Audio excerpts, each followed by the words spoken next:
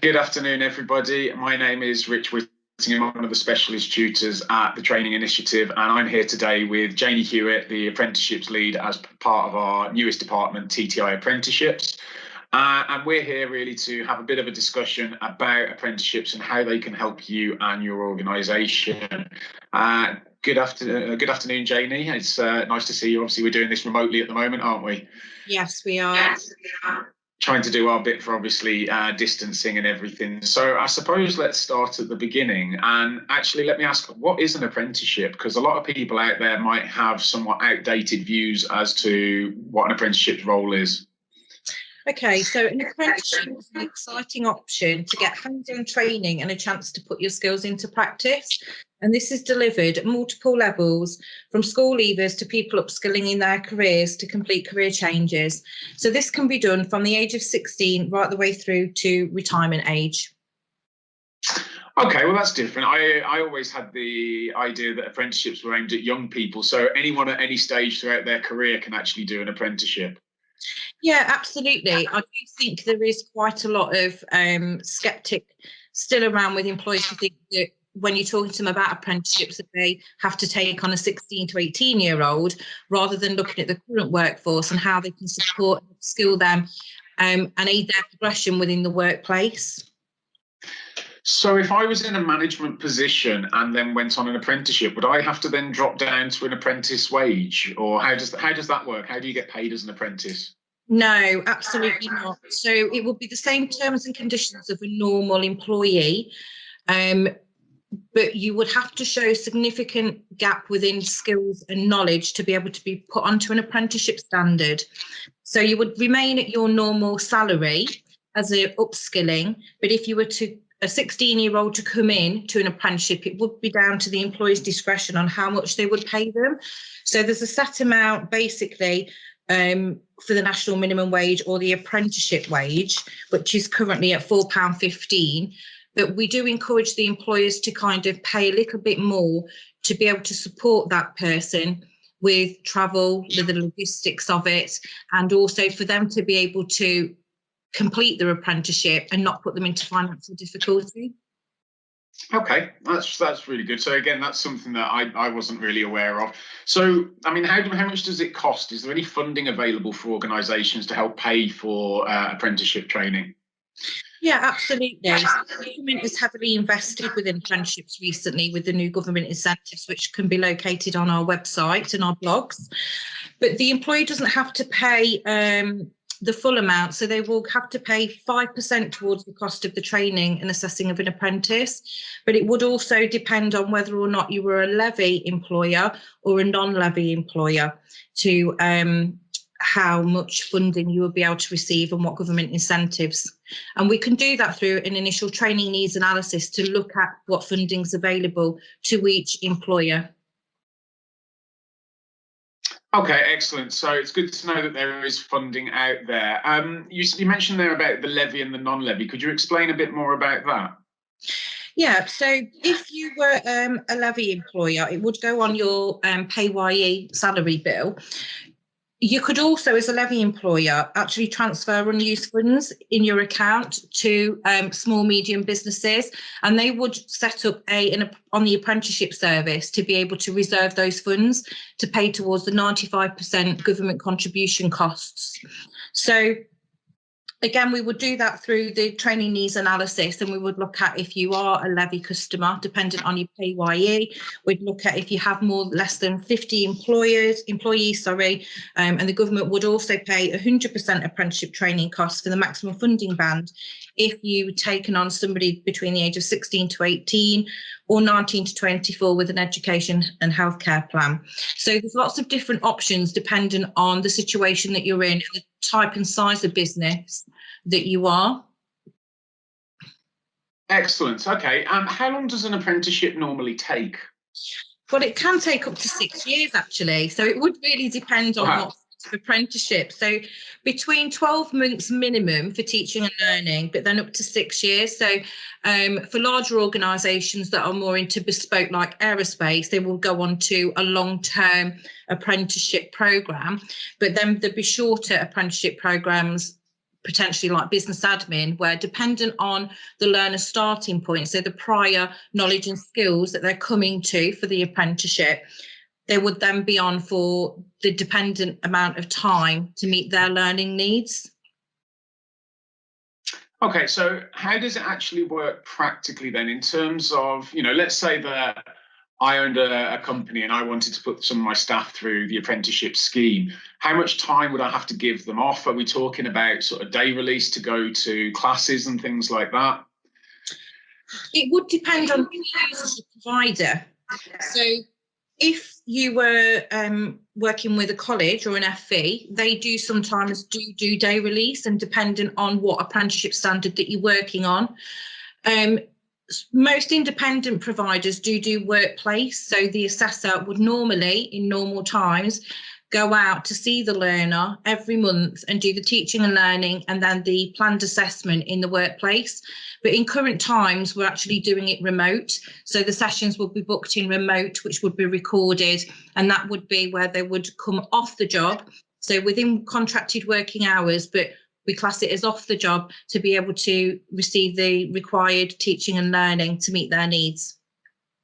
And so that's how TTI apprenticeships would support learners, is it that way, sort of through the off the job and the virtual support at the moment? Yeah, absolutely. I mean, we do a really robust onboarding programme to meet the needs of the learners and create a bespoke delivery plan to also meet the needs of the business and the employer, because they are part of the curriculum development now.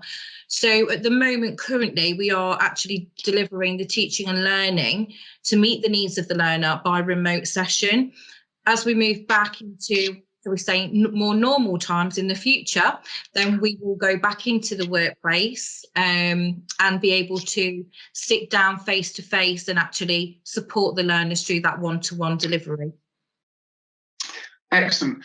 So I suppose one of the most important questions to ask about an apprenticeship is, why do one? How does it benefit the individual, and how does it benefit the organisation as well? Well, I think that really it's kind of, from a learner point of view, they're able to work, so they're able to earn, give themselves a living, but also earn while they learn. That's the kind of catchphrase that everybody looks at with apprenticeships. So it's making sure that they're learning and training for that specific job. They'll get and receive the holiday leave. They'll get hands-on experience of the real job, and they'll be mentored and coached by sector experts within the job. It also looks at basically progression opportunities for building that knowledge and skill set that you've already got within the workplace for future management. So it's about that moulding and that continuation of support and development for your current workforce, or bringing in somebody with new, fresh ideas that can, bring life to an establishment and actually bring some new kind of concept and theories into the industry. And again, the support and the knowledge from people that are already in the sector through mentoring will basically progress that learner and obviously build that business as well. So how does the workplace mentor side of things work out? How does that fit into it? So the mentor is really vital to the success of an apprenticeship. It's basically, the mentor's role is to oversee and support the apprentice, and to also be that medium between the provider, the employer, and the apprentice. So they are an integral part to make sure that the learner understands what they're doing for the on-the-job training while they're in the workplace, and also how we're going to meet the off-the-job training, which is part of the apprenticeship requirements. Okay, so is the workplace mentor, that's somebody from their sector, is it, or someone from their organisation? Yes, it ideally needs to be not the manager or their main employer. However, it would depend on the size of the business and the resource allocation that they've got within the business. But the mentor should be somebody that is already qualified in that role that the apprentice is being trained up for. Okay. So why would you recommend that people do their apprenticeships through TTI apprenticeships? What is it that makes you puts you above the rest? I think with working in the sector for quite a long time and working with employers, I think that really the need we have to have a bespoke delivery plan. We have to make sure that we're listening to the employers. What is the strategic plan for the employers, and how can we filter that into the curriculum delivery plan for the learner as well? So it's making sure that we offer a bespoke training needs analysis. We offer additional free courses to support the off-the-job, but also supports part of the knowledge and the skills of the standard. We offer anytime learning. So we offer an e-portfolio platform called One File, and you can access that 365 days a year, 24/7. The employer has got clear visibility, the learner has clear visibility, and so do we. And I think that basically our mission is to provide qualifications that are designed to enhance workforce productivity, improve employee retention, reduce expenditure, and create new business growth. And again, going back to that bespoke training solution, it's about one size doesn't fit all. And we very much look at how we deliver the curriculum to meet the learners and the employers' needs and starting points. So I think because we are a smaller organisation, it is about quality of provision rather than quantity of provision. Excellent. So, you know, from what you've said there, it sounds very much like your work with each organisation and with each individual within that organisation very specifically to make sure they get exactly what they need out of it, that they're not having to bend their practices to follow our delivery model. We will sort of work with them to fit their work model. Excellent. Okay. So I've got a couple of questions that I, came across with things to do with apprenticeships, and one of them is this endpoint assessment. Could you tell me how that works and what the endpoint assessment is?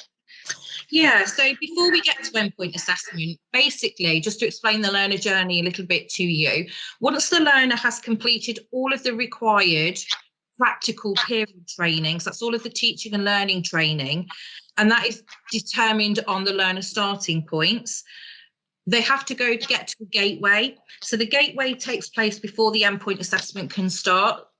So that's when the employer, the training provider, will review the apprentice's knowledge, skills and behaviours to make sure that they've met all the minimum requirements of the apprenticeship that's set out within the apprenticeship standard.